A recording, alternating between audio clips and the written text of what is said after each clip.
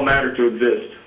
Sure. Okay, that's a novel definition. Yeah, you're just kind of misusing terms in a really circular way. You're trying to solve a mystery with a mystery, and that doesn't ever work. And so when the terms are ill-defined or misused, and when you have no evidence for it, then all I can say is, you know, it's indistinguishable from any other neat science fiction, except that I don't particularly think that your idea, no offense, is as good as some science fiction I've read. Because, you know, not only is there no compelling reason to think that rocks are conscious or that everything is conscious, there's good reason to think that they're not. So yeah, you've got a lot of work to do before you get to the point where anybody, including you, should be accepting this as anything other than a, hey, wouldn't it be neat if? And these types of things are common. I mean, you know, you go watch, what was it, Animal House, where after they smoked a bunch of weed, they talked about, what if our universe is just one, you know, and other things. Those types of things, the neat ideas happen all the time. And sure, I encourage neat ideas and investigation and exploration all you want, but just try to keep in mind that the time to believe something is after there's actually evidence for it, and not just because it's a novel idea that you came up with. But I appreciate the call. Yeah, precisely. That's exactly what I'm saying. Is that it is just a theory. Well, it's not even a theory. If I ever do prove this theory, it's not even a theory. It's not a theory. I mean, in the colloquial sense, I guess you could abuse the term that way, but we're reluctant to do that because a theory is the graduation point in science. It's the highest thing that an idea can aspire to be, if an idea could aspire. But it is, a theory is a hypothesis that has been tested, that has gone through peer review, that has been reproved, that has been falsified or attempted falsification, things like that. So I'm reluctant to let people get away with using the word theory to describe anything that that falls short of that. And what you're talking about isn't a theory. It's barely a hypothesis. It's more like a neat idea. And you need to graduate up those steps before this thing is plausible. But I plan to do that. I'm well, only 21. Yep. I'm stuck in the Navy for the next 3 years, and then I'll be studying physics and every damn thing I can, you know. First of all, I'd recommend you go watch a video from Lawrence Krauss called A Universe from Nothing. I think it'd be right up your alley and could start you on a path towards kind of educating yourself on the subjects that you're going to need to investigate. So best of luck with that, Clayton. I appreciate the call. Bye-bye. All right. Wow, that one's in a different color. Let's take it. Daniel, how are you? I'm good. How are you? I'm good. Thanks for calling back. You called after the show to talk about something. Yeah. And I wanted you to go ahead and call back in. So tell us what you got going on. Well, I wanted to tell you guys about a site that I run. It's called talkatheist.org. And it's similar to a service provided by the Mormon Church, where you submit your name and a question, and you get to talk one-on-one, or in the case with the Mormon Church, two-on-one with a Mormon. But my website does the same thing, except for instead of talking with a Mormon, you're in fact talking with an atheist.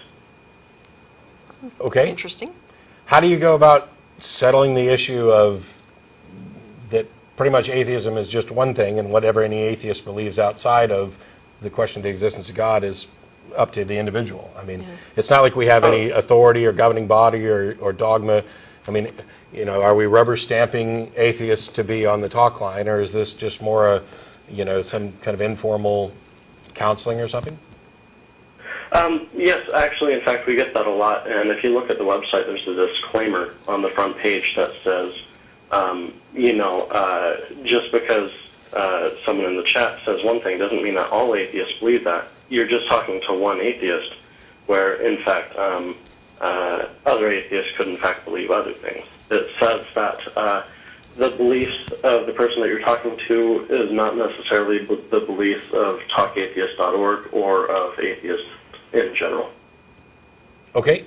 How much, I mean, are people already making use of this, or are you just getting it off the ground now? Oh, actually, the site is about 3 weeks old, I believe, and we've already received coverage from people like Hamanta from friendlyatheist.com, and other people have expressed interest, including Robden Bleicher from Explosum, who's advertised our site. So we're definitely hitting it off. Great. Well, let it go for a little while, and feel free to call back in. Let us know how it's going and what sort of response you're getting, and whether or not you've received feedback from people that have benefited from it and stuff like that. And I'll try to get a link up on Facebook or something for you. All right. Okay. Thank you. Thanks, Daniel. Appreciate it. All right. Thank you. Bye. Bye. By the way, if you do go to talkatheist.org, you will not be talking to me, and that's not because I have anything against it. It's because I just have way too much to do. So don't think that just because I'm encouraging people to give this a try that you're going to get to talk to me. John in Helsinki, how are you? Hi, I'm fine. I'm an American. I live in Helsinki, but I've lived here for 15 years. I'm an atheist. I've been an atheist all my life. But my adjusting hasn't been the religious kind. It's been the sort of political kind. Well, I don't know if it's political. It's just adjusting to life in Europe. So my wife is Finnish. Yeah, I just wanted to. So I hang out at atheist sites here in Europe. So like Richard Dawkins, I guess you know him, right? And Christopher Hitchens is quite popular here as well. Yeah. I found your site on with a referral from Richard Dawkins' site. I guess he just noticed you last week, and he's interested in contacting you. And if he hasn't, you ought to give him a buzz. We've already had correspondence with him. Yeah, we got an email from him and have replied, but I got nothing to add on that yet. We'll exchange a couple more emails and find out what's going on. Okay, cool. But thanks for letting us know. I appreciate it. And so I do have one question, I guess. So regarding Christopher Hitchens, who I like a lot, he has this thing about, well, he has a great quote. He says, Nietzsche said, God is dead, and Freud said, God is dad.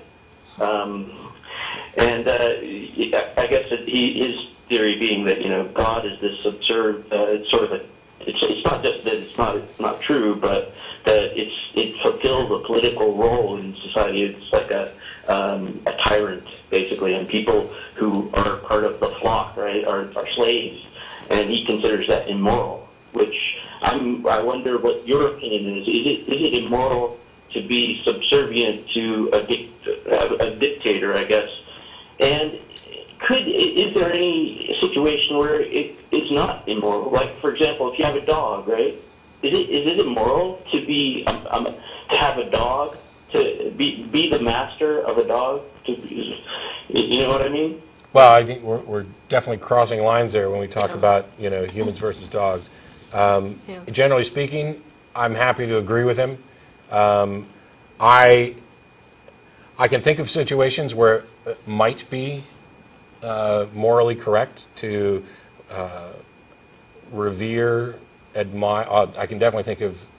I have no problem with people revering others or admiring others, or being someone who has found someone who is wiser and smarter, whatever, and wants to rely on their guidance type thing. The very notion of worship I find repugnant, and the idea that there is some God being, any God being who would be deserving of anything like worship wouldn't want it. Yeah, I agree with you, but I guess the point I'm questioning is it clear that it is an immoral thing? Like, I mean, if it's immoral to, and I guess I don't really understand the distinction between dogs. Dogs are very human. No, they're not. Why would it?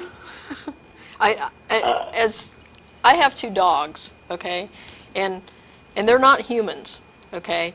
I know they're not biologically human, but there are a lot of similarities. I mean, we're just primates, right? We're monkeys. Yes, we are, and yes, we share some similarities with animals, especially animals that we keep as pets, for example. But as far as whether my dogs regard me as their God, I don't think they do. And I have certainly not set myself up as, the God of my dogs. I have set myself up as their pack leader, which dogs do. And so all I've done is I've taken a little bit of dog psychology and I've used it to help my dogs understand how they fit in with our household. That makes the dogs happier. Yeah. So is being a pack leader immoral? No. It's a normal thing for the dogs. Dogs are comfortable with their human as a pack leader. Yeah. Yeah, I think that's a good analogy. I agree with you. Yeah, okay, so you answered my question. Hey, can I follow up with one quick other question? I just wanted to ask, what do you think of the stuff going on in the Middle East right now? All the Muslim Brotherhood. I think it's way outside the scope of what we're dealing with on the show, and with the show being shorter, I definitely don't want to start digging into that subject. Okay. But I do appreciate the call, John. Thanks a lot. Yeah, thanks. Bye. Thanks.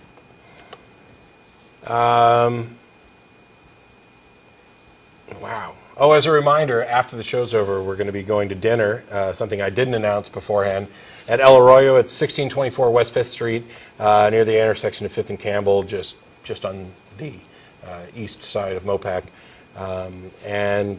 Hey, we can actually see the number up there better, so I'm not going to have to re-announce the number. We'll go with, I think we just lost somebody, but I'll try it. Is this John in Richmond? Hello, this is John in Richmond. Hey, John, how are you? Doing great. I just discovered you guys and watched it a couple times online here. Really enjoy your show. And what I wanted to speak specifically about is the concept of belief and how even we atheists still will sometimes try to think in terms of what we believe. And belief is all about deciding what you want the truth to be. That's not, John. That's not the definition of belief that I would use in any context. Belief. The dictionary defines belief as something that you accept without evidence. No, it doesn't. Well, in any case, even if the dictionary did that, that's not what I'm talking about. Belief is simply accepting a proposition.